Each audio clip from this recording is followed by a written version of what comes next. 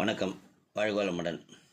ஒரு சின்ன கதை, அதில் உள்ள கருத்துக்களை நாம் வாழ்வியலில் பயன்படுத்த வேண்டும்ங்கிற கருத்தில் சில கதைகளை சொல்லிகிட்ருக்குறோம். இப்போ நான் சொல்கிறது இந்த கால இளைஞர்களுக்கும் இளைஞிகளுக்கும், ஏன் வயது முதுமையில் இருப்பவர்களுக்கு கூட பொருந்தக்கூடியது, சின்ன குழந்தைங்களுக்கு கூட சொல்லிக் கொடுங்க. சிம்பிளான ஒரு சின்ன கதை. தனது இளம் மனைவியை அழைத்து கொண்டு ஒருவன் வெளிநாடு சுற்றுப்பயணம் போனான். அவர்கள் பல இடங்களை சுற்றி பார்த்தார்கள். அத்தனையும் அழகான அற்புதமான இயற்கை சூழல் நிறைந்த இடங்கள். ஒவ்வொரு இடத்தையும் வெகுவாக ரசித்தாள் மனைவி. கிட்டத்தட்ட 15 நாட்கள் ஊராக சுற்றினார்கள்.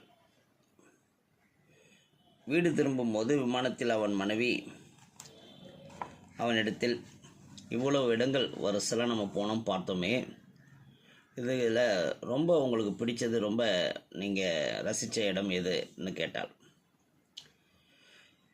அவனுக்கு விமானத்தில் வரும்போது நிறைய விஷயங்கள் தோன்றின. அவன் பார்த்த அழகான கட்டடங்கள், அருவிகள், இயற்கை காட்சிகள், பல கட்டட வடிவமைப்புகள், இன்னும் பல விஷயங்களை காட்சிகள் அவன் மனதில் கடகடன்னு ஓடுது. அந்த 15 நாளில் எதெல்லாம் பார்த்தாங்க, ரசித்தாங்கன்னு. ஆனால் அவன் அவற்றையெல்லாம் சொல்லவில்லை. அவன் தந்த பதிலில் அவனது இளம் மனைவி சொக்கி போனாள். அவன் என்ன பதில் சொல்லியிருப்பான் தெரியுமா? என்ன சொல்லி இந்த ஒரு கேள்வியோடு இந்த கதை முடியுது. அதற்கான பதில், இந்த எல்லாத்தையோட இன்றைக்கி இந்த 15 நாளில் நம்ம பார்த்த எல்லாத்தோட மிகவும் எனக்கு பிடித்தது, அழகானது நீதான்ங்கிற ஒரு பதிலை சொல்கிறான். இந்த பதிலை கேட்டோடனே அந்த இளம் மனைவி ரொம்ப பூரிச்சு போகிறாங்க, சந்தோஷப்படுறாங்க. அவங்களோட லைஃப் ரொம்ப ஹாப்பியாக ஸ்டார்ட் ஆகுது. இந்த கதையிலேருந்து நம்ம என்ன கற்றுக்குறோம்? நம்ம பேசும் பேச்சில் சாமர்த்தியம் இருக்கணும்.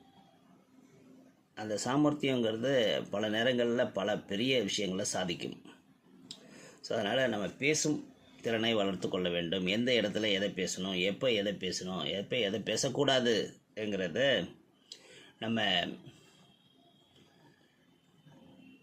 எடுத்து சொல்லணும் நம்ம பிள்ளைகளுக்கு.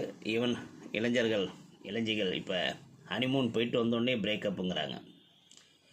அதுக்கு பல காரணங்கள் என்னென்னு பார்த்தோம்னா, அந்த பேச்சு திறமை இல்லைங்கிறது கூட ஒரு காரணமாக இருக்கும்.